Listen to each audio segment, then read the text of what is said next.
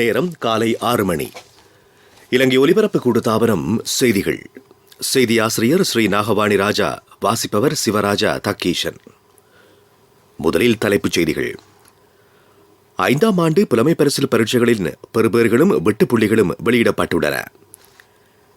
அரசாங்கம் நிர்ணயித்துள்ள கட்டணத்திற்கு மேலதிகமாக கட்டணத்தினை அறவிடும் பஸ் வண்டிகளுக்கு எதிராக கடும் நடவடிக்கை. போக்குவரத்து சேவைகள் இன்று முற்பகலில் இருந்து வழமைக்கு. புறக்கோட்டை பிரதான பஸ் தரிப்பு நிலையம், ரயில் நிலையங்களில் விசேட பாதுகாப்பு ஏற்பாடு. நேற்றைய தினம் மாத்திரம் நாட்டில் 700க்கும் அதிகமான கொரோனா தொற்றாளர்கள் அடையாளம் காணப்பட்டிருக்கிறார்கள். எதிர்க்கட்சி எந்த வகையான குற்றச்சாட்டுகளை முன்வைத்தாலும் தற்போதைய நிலையினை கட்டுப்படுத்துவதற்கு அரசாங்கத்திற்கு முடியும் என்று அமைச்சர் கெஹலிய ரம்புக்கல்ல கூறுகிறார். பொலன்னறுவையினை சுற்றுலா நகரமாக அபிவிருத்தி செய்ய திட்டம். டொனால்ட் ட்ரம்ப் தனது தோல்வியினை முதல் முறையாக ஒப்புக்கொண்டிருக்கிறார். அவை தலைப்புச் செய்திகள். இனி விரிவான செய்திகள். இந்த வருடம் இடம்பெற்ற தரம் 5 புலமை பரிசில் பரீட்சைக்கான பெறுபேறுகள் மற்றும் மாவட்ட ரீதியான வெட்டுப்புள்ளிகள் வெளியாகி இருக்கின்றன.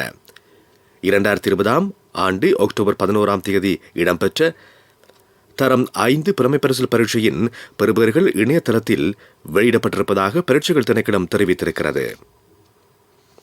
பெறுபேறுகள் பரீட்சை திணைக்களத்தின் இணையதளத்தில் வெளியிடப்பட்டிருப்பதுடன் www.doenets.lk மற்றும் results.exams.gov.lk ஆகிய இணையதளங்களின் ஊடாக பெறுபேறுகளை பார்வையிடலாம் என்றும் பரீட்சைகள் திணைக்களம் தெரிவித்திருக்கிறது. உரிய சுட்டிலக்கத்தினை சரியாக வழங்குவதன் மூலம் பெறுபேறுகள் மற்றும் வெட்டுப்புள்ளிகளை பெற முடியும் என்று பரீட்சை திணைக்களம் அறிவித்திருக்கிறது. இம்முறை 2936 பரீட்சை நிலையங்களில் இடம்பெற்ற தரம் 5 புலமை பரிசில் பரீட்சைக்கு 3,31,741 மாணவர்கள் விண்ணப்பித்திருந்த நிலையில் 3,26,264 பேர் அதற்காக தோற்றி இருந்ததாக பரீட்சைகள் திணைக்களம் குறிப்பிட்டிருக்கிறது. அத்துடன் கடந்த முறை அமுல்படுத்தப்பட்டவாறு இம்முறையும் அகில இலங்கை ரீதியான தரப்படுத்தல் மேற்கொள்ளப்படவில்லை என்பது குறிப்பிடத்தக்கது. எனினும் வெட்டுப்புள்ளிகள் அந்தந்த மொழி மற்றும் மாவட்டத்திற்கு ஏற்ப வழங்கப்பட்டிருப்பதாக பரீட்சைகள் திணைக்களம் தெரிவித்திருக்கிறது. புலமை பரிசில் பெறும் விசேட தேவையுடைய மாணவர்கள் பிரிவில் அவர்கள் பெற்ற புள்ளிகளுடன் அவர்கள் புலமை பரிசில் பெற்றுள்ளதை உறுதிப்படுத்தும் விசேட அறிவிப்பு உள்ளடக்கப்பட்டிருப்பதாக பரீட்சைகள் திணைக்களம் சுட்டிக்காட்டியிருக்கிறது. அத்துடன் விண்ணப்பங்களை அனுப்புவதற்காக அனைத்து பாடசாலைகளின் அதிபர்களுக்கும் வழங்கப்பட்ட யூசர்நேம் மற்றும் பாஸ்வேர்டினை பயன்படுத்தி உரிய பாடசாலையின் பெறுபேறுகளை தரவிறக்கம் செய்து அச்சிட்டு பெற முடியும் என்பதோடு மாகாண மற்றும் வலய பணிப்பாளர்களும் இம்முறை மாகாண வலய மட்ட பெறுபேறுகளை பெறுவதற்கான வசதியும் மேற்கொள்ளப்பட்டிருப்பதாக திணைக்களம் அறிவித்திருக்கிறது. அனைத்து பாடசாலைகளினதும் பெறுபேறுகள் எதிர்வரும் நாட்களில் தபாலில் அனுப்ப நடவடிக்கை எடுக்கப்பட உள்ளது. பெறுபேறுகள் தொடர்பில் மீள் பரிசீலனை செய்ய எதிர்பார்க்கும் மாணவர்களுக்கு அது தொடர்பான விண்ணப்பங்களை அனுப்புவது தொடர்பில் பின்னர் அறிவிக்கப்படும் என்று தெரிவிக்கப்பட்டிருக்கிறது. இதனிடையே தரம் 5 புலமை பரிசில் பரீட்சையின் வெட்டுப்புள்ளிகள் கல்வி அமைச்சினால் வெளியிடப்பட்டிருக்கின்றன. அதற்கமைய கொழும்பு, களுத்துறை, கம்பஹா, கண்டி, மாத்தளை, காலி, மாத்தறை, குருநாகல், கேகாலை ஆகிய மாவட்டங்களின் தமிழ் மொழி மூலமான பரீட்சார்த்திகளுக்கு வெட்டுப்புள்ளிகள் 162 என்று அறிவிக்கப்பட்டிருக்கிறது. அதே சமயம் யாழ்ப்பாணம், கிளிநொச்சி, வவுனியா, முல்லைத்தீவு, மட்டக்களப்பு, அம்பாறை, ஹம்பந்தோட்ட ஆகிய மாவட்டங்களுக்கு 160 என்கின்ற வெட்டுப்புள்ளி அறிவிக்கப்பட்டுள்ளது. திருகோணமலை, பதுளை, பொலன்னறுவை ஆகிய மாவட்டங்களுக்கு 159 என்கின்ற வெட்டுப்புள்ளிகளும் வெளியிடப்பட்டிருக்கின்றன. இதேவேளை நுவரெலியா, மன்னார், ரத்தினபுரி, அனுராதபுரம் ஆகிய மாவட்டங்களுக்கு 158 என்கின்ற வெட்டுப்புள்ளியும், புத்தளம், மொனராகலை ஆகிய மாவட்டங்களுக்கு 155 என்கின்ற வெட்டுப்புள்ளியும் அறிவிக்கப்பட்டிருக்கிறது. அரசாங்கத்தினால் நிர்ணயிக்கப்பட்டிருக்கக்கூடிய கட்டணத்திற்கு மேலதிகமாக பொதுமக்களிடம் கட்டணத்தினை அறவிடும் பஸ்கள் தொடர்பில் கடும் சட்ட நடவடிக்கை மேற்கொள்ளப்படும் என்று ராஜாங்க அமைச்சர் திலும் அமுனுகம தெரிவித்திருக்கிறார். தற்போது வரை இவ்வாறான 5 பஸ்களின் வீதி அனுமதி பத்திரம் ரத்து செய்யப்பட்டிருப்பதாகவும் அவர் குறிப்பிட்டிருக்கிறார். மேலதிக கட்டணத்தினை அறவிடும் மற்றும் பயணச்சீட்டு வழங்காத பஸ்களை சுற்றி வளைப்பதற்காக இலங்கை போக்குவரத்து சபை தனியான குழுவை ஈடுபடுத்தியிருக்கிறது. இது தொடர்பில் பொதுமக்களுக்கு 119 அல்லது 1995 என்கின்ற தொலைபேசி இலக்கங்கள் ஊடாக அறிவிக்க முடியும். இதற்கு மேலதிகமாக இவ்வாறான பஸ்களின் இலக்கங்கள் மற்றும் வழி இலக்கம் என்பவற்றை அறியப்படுத்துமாறும் ராஜாங்க அமைச்சர் குறிப்பிட்டிருக்கிறார். கண்டியில் நேற்று இடம்பெற்ற நிகழ்வின் போது அவர் இதனை தெரிவித்தார். இதனிடையே புறக்கோட்டை பிரதான பஸ் தரிப்பு நிலையம் மற்றும் ரயில் நிலையங்களை அண்டிய பகுதிகளில் விசேட பாதுகாப்பு ஏற்பாடுகள் நடைமுறைப்படுத்தப்பட்டிருப்பதாக போலீஸ் ஊடக பேச்சாளர் பிரதி போலீஸ் மாதிபர் அஜித் ரோஹன தெரிவித்தார். கொழும்புக்கு வரும் அல்லது கொழும்பிலிருந்து வெளியேறும் பொது போக்குவரத்து சேவைகள் முடக்கப்பட்ட பிரதேசங்களுக்கு மக்களை ஏற்றுவதற்கோ இறக்குவதற்கோ முடியாது என்று தெரிவிக்கப்பட்டிருக்கிறது. சில நபர்களுக்கு வெளி மாகாணங்களில் இருந்து புறக்கோட்டைக்கு வந்து வேறு பகுதிகளுக்கு செல்வதில் எந்த தடையும் இல்லை. முடக்கப்பட்டுள்ள பகுதிகளில் வர்த்தக நிலையங்களை திறப்பதற்கு தடை விதிக்கப்பட்டிருக்கிறது. பொதுமக்களுக்கு தேவையான அத்தியாவசிய தேவைகளை வழங்குவதற்கு விசேட நடவடிக்கைகள் மேற்கொள்ளப்பட்டிருப்பதாகவும் அவர் குறிப்பிட்டார். நீங்கள் கேட்டுக்கொண்டிருப்பது இலங்கை ஒலிபரப்பு கூட்டு தாபனத்தின் செய்திகள்.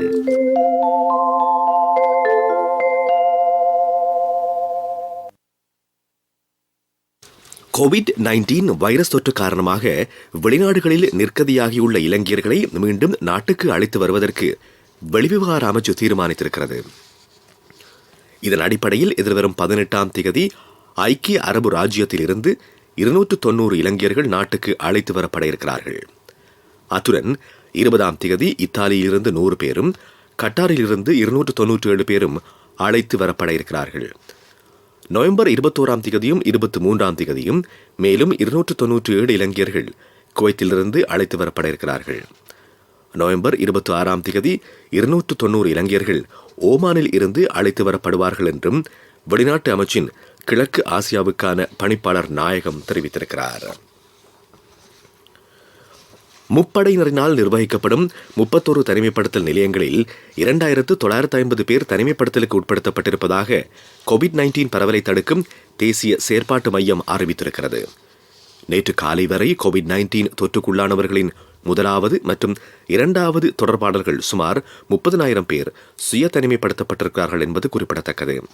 இதேவேளை நேற்றைய தினம் இலங்கையில் 13,671 PCR பரிசோதனைகள் மேற்கொள்ளப்பட்டுள்ளதாகவும் தெரிவிக்கப்பட்டிருக்கிறது.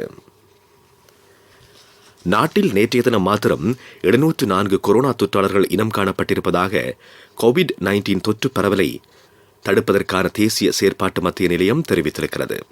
இவர்கள் அனைவரும் பாலியகுட மீன் சந்தையுடன் தொடர்புடையவர்கள் என்று தெரிவிக்கப்படுகிறது. அதன்படி நாட்டில் தற்சமயம் மொத்த கொரோனா தொற்றாளர்களின் எண்ணிக்கை 17,287 அதிகரித்துள்ளது. அவர்களுள் 5,734 பேர் தொடர்ந்தும் சிகிச்சை பெற்று வருகிறார்கள். இதேவேளை மினுவங்குட பாலியகுட கொத்தனையுடன் தொடர்புடைய தொற்றாளர்களின் எண்ணிக்கை 13,788 உயர்வடைந்துள்ளது. இதனிடையே கோவிட்-19 வைரஸ் பரவல் காரணமாக நாடளாவிய ரீதியில் பாதிக்கப்பட்டவர்களுக்கு நிவாரணம் வழங்கும் வேலை திட்டம் அரசாங்கத்தினால் தொடர்ந்து முன்னெடுக்கப்படுகிறது. வைரஸ் தொற்று முதலில் ஆரம்பித்த மார்ச் 31ஆம் தேதியில் இருந்து கடந்த நவம்பர் மாதம் 13ஆம் தேதி வரை பொதுமக்களுக்கு நிவாரணம் வழங்குவதற்காக மாத்திரம் அரசாங்கம் 68.64 பில்லியன் ரூபாவினை ஒதுக்கியிருக்கிறது. இதில் பெருந்தொகை பணம் வாழ்வாதாரத்தை இழந்துள்ள குடும்பங்களுக்கான 5,000 ரூபாய் வழங்கும் திட்டத்திற்காக செலவிடப்பட்டுள்ளமை குறிப்பிடத்தக்கதாகும். எதிர்க்கட்சிகள் எந்த வகையான குற்றச்சாட்டுகளை முன்வைத்தாலும் தற்போதைய நிலைமையை கட்டுப்படுத்துவதற்காக அரசாங்கம் தொடர்ந்தும் செயல்பட்டு வருவதாக அமைச்சர் கேலிய ரம்புக்வெல தெரிவித்திருக்கிறார். எதிர்க்கட்சி பொய்யான தகவல்களை மக்களிடையே கொண்டு செல்ல முயல்வதாகவும் அவர் குற்றம் சுமத்தினார். கண்டியில் நேற்று இடம்பெற்ற நிகழ்வொன்றில் கலந்து கொண்டு அமைச்சர் கேலிய ரம்புக்வெல்ல இதனை குறிப்பிட்டிருக்கிறார். அவை உள்நாட்டு செய்திகள்.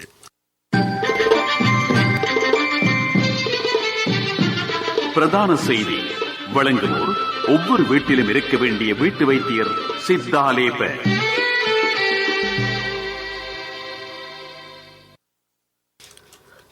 மேல் மாகாணத்தில் இருந்து வெளிப்பிரதேசங்களுக்கு செல்வதற்கு விதிக்கப்பட்டிருந்த தடை நேற்று நள்ளிரவு முதல் நீக்கப்பட்டுள்ளதாக கோவிட் தடுப்பிற்கான தேசிய செயல்பாட்டு மையம் தெரிவித்திருக்கிறது. இதேவேளை கொழும்பு பகுதியில் 17 போலீஸ் பிரிவுகளும் கம்பாவில் 7 போலீஸ் பிரிவுகளும் தொடர்ந்தும் தனிமைப்படுத்தப்பட்டுள்ளதோடு ஏனைய பகுதிகள் தனிமைப்படுத்தலில் இருந்து விடுவிக்கப்பட்டிருப்பதாகவும் அறிவிக்கப்பட்டிருக்கிறது. மேல் மாகாணத்தில் இருந்து வெளிப்பிரதேசங்களுக்கு செல்வதற்கு விடுக்கப்பட்டிருந்த தடை தனிமைப்படுத்தலை நீக்கல் மற்றும் சில பிரதேசங்களை தொடர்ந்தும் தனிமைப்படுத்தல் என்பன குறித்து அரசாங்க தகவல் திணைக்களத்தினால் வெளியிடப்பட்டிருக்கக்கூடிய ஊடக அறிக்கையில் தெரிவிக்கப்பட்டிருக்கிறது. அதன்படி கொழும்பு மாவட்டத்தில் தனிமைப்படுத்தப்பட்டுள்ள பகுதிகளாக அறிவிக்கப்பட்டுள்ள 12 போலீஸ் பிரிவுகளுக்கு மேலதிகமாக 5 போலீஸ் பிரிவுகள் இன்று திங்கட்கிழமை காலை 5 மணி முதல் தனிமைப்படுத்தப்படும் பகுதிகளாக அறிவிக்கப்பட்டுள்ளன. மருதான போலீஸ் பிரிவு, கோட்டை போலீஸ் பிரிவு, புறக்கோட்டை போலீஸ் பிரிவு, கொம்பனி வீதி போலீஸ் பிரிவு மற்றும் டேம் வீதி போலீஸ் பிரிவு என்பன இன்று காலை 5 மணி முதல் தனிமைப்படுத்தப்பட்டுள்ள பகுதிகளாக அறிவிக்கப்படுகின்றன. கம்பஹா மாவட்டத்தில் ஏற்கனவே தனிமைப்படுத்தப்பட்டுள்ள போலீஸ் பிரிவுகளில் 7 போலீஸ் பிரிவுகளை தவிர ஏனையவை நேற்று காலை 5 மணி முதல் தனிமைப்படுத்தலில் இருந்து விடுக்கப்பட்டுள்ளன. நீர்கொழும்பு, ஜாயல, ராகம, கடவத்த, வத்தள, பாலியகுட ஆகிய 6 போலீஸ் பிரிவுகள் தொடர்ந்தும் தனிமைப்படுத்தப்பட்ட பகுதிகளாகவே காணப்படும். இதேவேளை களனி போலீஸ் பிரிவு இன்று திங்கட்கிழமை காலை 5 மணி முதல் தனிமைப்படுத்தப்பட்டுள்ள பகுதியாக அறிவிக்கப்பட்டுள்ளது. ஏனைய மாவட்டங்களில் தனிமைப்படுத்தலில் இருந்து விடுவிக்கப்படும் பகுதிகள் குருநாகல், களுத்துறை மற்றும் கேகாலை ஆகிய 3 மாவட்டங்களிலும் தனிமைப்படுத்தப்பட்டிருந்த பகுதிகள் நேற்று காலை 5 மணி முதல் தனிமைப்படுத்தலில் இருந்து விடுவிக்கப்பட்டுள்ளன. குருநாகல் மாநகர சபை எல்லை மற்றும் குளியாப்பிட்டி போலீஸ் பிரிவு என்பன தனிமைப்படுத்தலில் இருந்து விடுவிக்கப்பட்டுள்ளன. இதேவேளை களுத்துறை மாவட்டத்தில் ஹொரண, இங்கிரிய ஆகிய 2 போலீஸ் பிரிவுகளும் வேகட, படகிர கிராம சேவகர் பிரிவு என்பன தனிமைப்படுத்தலில் இருந்து விடுவிக்கப்படுகின்றன. கேகாலை மாவட்டத்தில் ருவன்வெல்ல மற்றும் மாவனெல்ல ஆகிய 2 போலீஸ் பிரிவுகளும் தனிமைப்படுத்தலில் இருந்து விடுவிக்கப்பட்டுள்ளன. உங்கள் கவனத்திற்கு முடக்கப்பட்ட பகுதிகளில் உள்ள சிகிச்சை பெறும் தேவையுடைய நோயாளர்களை வைத்தியசாலைக்கு கொண்டு செல்வதற்காக 1990 என்கின்ற ஆம்புலன்ஸ் சேவை நடைமுறையில் உள்ளது. கொழும்பு பிரதேசத்தின் சுகாதார சேவைகள் பணிப்பாளர் அலுவலகத்தின் மீத்தொட்டமுள்ள பாடசாலையின் ஆம்புலன்ஸ் சேவை இதற்கான ஆம்புலன்ஸ் சேவை பிரிவொன்றினை ஆரம்பித்திருக்கிறது. இது 24 மணி நேரமும் செயற்படும். 0113 42 25 58 என்கின்ற தொலைபேசி இலக்கத்தின் ஊடாக இந்த சேவையினை தொடர்பு கொள்ள முடியும் என்று அறிவிக்கப்பட்டிருக்கிறது. உலகச் செய்திகள்.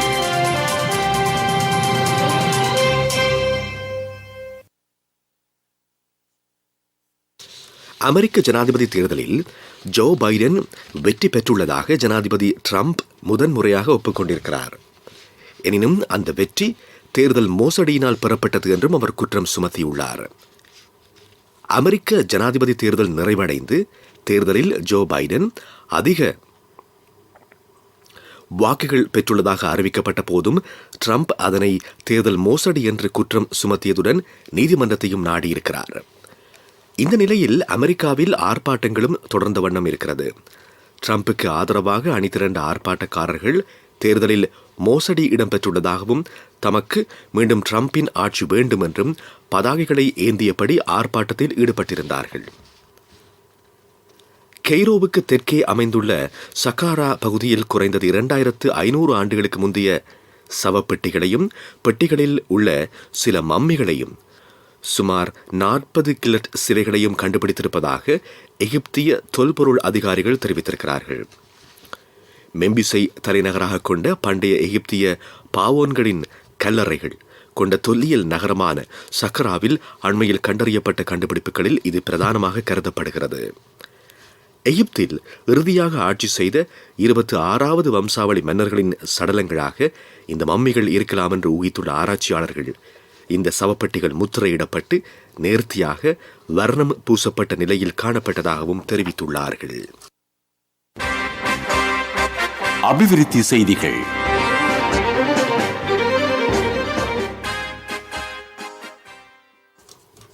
உலக பாரம்பரிய நகரமான புலனறுவை சுற்றுலா தலமாக அபிவிருத்தி செய்யப்படும். அதன்படி புலனறுவை மாவட்டத்தை பண்டைய மற்றும் சூழல் பாதுகாப்பான சுற்றுலா தலமாக அபிவிருத்தி செய்வதற்கான ஒதுக்கீடுகள் அடுத்த ஆண்டுக்குள் மேற்கொள்ளப்படும் என்று சுற்றுலாத்துறை அமைச்சர் பிரசன்ன ரணதுங்க தெரிவித்தார். இதன் கீழ் முறையான சுற்றுலா தகவல் மையம் ஒன்றினை புலனறுவையினை மையமாக கொண்டு ஆரம்பித்து சுற்றுலா மேம்பாட்டு பணியகத்தினால் உலக பாரம்பரிய சுற்றுலா நகரமாக சுற்றுலா பயணிகள் மத்தியிலே ஊக்குவிப்பதற்கு விசேட வேலை திட்டம் ஒன்றை தயாரிப்பதற்கும் நடவடிக்கை எடுக்கப்படும் என்று அவர் குறிப்பிட்டுள்ளார். விளையாட்டுச் செய்திகள். ஆஸ்திரேலியா செல்ல உள்ள இந்திய அணி வீரர்களுக்கு PCR பரிசோதனை மேற்கொள்ளப்பட்டிருக்கிறது. இதனை அடுத்து வீரர்கள் தமது பயிற்சி நடவடிக்கைகளில் ஈடுபட்டுள்ளார்கள். ஆஸ்திரேலிய தொடருக்கு தெரிவு செய்யப்பட்டுள்ள குழாம் நாளை மறுதினம் ஆஸ்திரேலியா பயணமாக இருக்கிறது. T20 டெஸ்ட் மற்றும் ஒருநாள் சர்வதேச போட்டித் தொடரிலே 2 அணிகளும் பங்கேற்க இருக்கின்றன. 2 அணிகளுக்கும் இடையிலான ஒருநாள் சர்வதேச போட்டி எதிர்வரும் 27ஆம் தேதி சிட்னியில் ஆரம்பமாக உள்ளது. 24 மணித்தியாலத்துல யாராலையும் ஒரு வீட்டை கட்ட முடியாது. ஆனா 24 மணித்தியாலத்துல வீட்டு கடன் ஒண்ணு வழங்க NSBயால மட்டும்தான் முடியும். இன்னைக்கே NSBக்கு போங்க. வினைத்திறனான சேவையுடன் தேர்ந்தெடுக்கப்பட்ட கிளைகளின் ஊடாக 24 மணித்தியாலத்தில் கடன் தொகையினை பெற்றுக் கொள்ளுங்கள். NSB கேதொர உங்கள் சொந்த இல்லத்தின் கனவை நனவாக்கிடும். வர்த்தக செய்தி அனுசரணை. தேசிய சேமிப்பு வங்கி உங்கள் பணத்திற்கு பாதுகாப்பான இடம். இலங்கை வர்த்தக சம்மேளனம் ஏற்பாடு செய்யும் 20வது பொருளாதார உச்சி மாநாடு எதிர்வரும் 1ஆம் 2ஆம் திகதிகளில் நடைபெறவுள்ளது. இந்த சம்மேளனத்தின் வரலாற்றில் இம்மாநாடு முதல் தடவையாக வெர்ச்சுவல், அதாவது நிகழ்நிலை வடிவில் நடைபெறவுள்ளன. இந்த நிகழ்வில் இலங்கையின் முன்னணி கொள்கை வகுப்பாளர்கள், வர்த்தக தலைவர்கள் என்று பல தரப்பினரும் கலந்து கொள்வார்கள். சர்வதேச நிபுணர்களின் கருத்துரைகளும் இதில் இடம்பெறும். வர்த்தக செய்தி அனுசரணை. தேசிய சேமிப்பு வங்கி உங்கள் பணத்திற்கு பாதுகாப்பான இடம். 24 மணித்தியாலத்துல யாராலையும் ஒரு வீட்டை கட்ட முடியாது. ஆனா 24 மணித்தியாலத்துல வீட்டு கடன் ஒண்ணு வழங்க NSBயால மட்டும்தான் முடியும். இன்னைக்கே NSBக்கு போங்க. வினைத்திறனான சேவையுடன் தேர்ந்தெடுக்கப்பட்ட கிளைகளின் ஊடாக 24 மணித்தியாலத்தில் கடன் தொகையினை பெற்றுக் கொள்ளுங்கள். NSB கேதொர உங்கள் சொந்த இல்லத்தின் கனவை நனவாக்கிடும். பொருளாதார செய்திகள் அனுசரணை. இப்போதான் சந்தோஷமா பள்ளிக்கூடம் போறாள். எல்லாம் நீங்கள் சைக்கிள் வாங்கி கொடுத்ததால. LOLC கிரெடிட் கார்டு இருந்ததால நினைச்ச உடனே வாங்கி கொடுக்க கூடியதா இருந்துச்சு. LOLC ஃபைனான்ஸ் கடன் அட்டை உங்களை மேலும் உயர்த்திட. வடக்கு விவசாயிகளுக்கு உருளைக்கிழங்கு விதைகளை மானிய அடிப்படையில் வழங்குவதற்கான நிதி அரசாங்கத்தினால் ஒதுக்கீடு செய்யப்பட்டுள்ள நிலையில் இன்னும் சில வாரங்களில் அவற்றை பயனாளிகளுக்கு பகிர்ந்தளிக்கப்படுவதற்கான நடவடிக்கைகள் மேற்கொள்ளப்பட்டு வருவதாக அமைச்சர் டக்ளஸ் தேவானந்தா தெரிவித்திருக்கிறார். அமைச்சரவை கூட்டத்தில் ஜனாதிபதி கோட்டாபய ராஜபக்ஷ மற்றும் பிரதமர் மஹிந்த ராஜபக்ஷ ஆகியோரினால் தனக்கு வழங்கப்பட்ட உறுதிமொழிக்கு அமைய குறித்த நடவடிக்கை மேற்கொள்ளப்பட்டுள்ளதாக கடற்தொழில் அமைச்சர் குறிப்பிட்டுள்ளார். வடமாகாணத்தை சேர்ந்த உருளைக்கிழங்கு பயிர் செய்கையாளர்கள் மற்றும் வடமாகாண விவசாய திணைக்களத்தினர் முன்வைத்த கோரிக்கைக்கு அமைய பாராளுமன்ற தேர்தலுக்கு முன்னர் இருந்த அமைச்சரவையிலும் தற்போதைய அமைச்சரவையிலும் குறித்த விடயம் தொடர்பில் தாம் பிரஸ்தாபித்ததாகவும் அமைச்சர் டக்ளஸ் தேவானந்தா குறிப்பிட்டிருக்கிறார். வடக்கில் 200 ஹெக்டேரில் உருளைக்கிழங்கு பயிர்ச்செய்கைக்கு விவசாயிகள் ஆர்வம் செலுத்தி வருகின்ற நிலையில் அவர்களை ஊக்குவிக்கும் வகையில் உருளைக்கிழங்கு விதைகளை பெற்றுக் கொடுக்க அரசாங்கம் நடவடிக்கை மேற்கொள்ள வேண்டும் என்றும் அமைச்சர் டக்ளஸ் தேவானந்தா தெரிவித்திருக்கிறார். ஐயோ, என்னப்பா இவங்க போக மாட்டேங்கிறாங்களே. ஏய், அந்த வாகனம் ராஜா அண்ணே. தம்பி, என்ன அவசரமா? இல்ல அண்ணே, இப்ப காசு தான் அவசரம். உண்மையாவா? காசு அவசரம்னாலும் தம்பி அவசரப்படாதீங்க. எந்த ஒரு LOLC ஃபைனான்ஸ் கிளையிலும் 3 வீல் புத்தகத்தை வச்சு காசை வாங்கி கொள்ளுங்க. LOLC ஃபைனான்ஸ், வீல் புத்தகத்துக்கு கேஷ், 3 வீல் புத்தகத்துக்கு உடனடியாக கையில் கேஷ். காலநிலை அறிக்கை.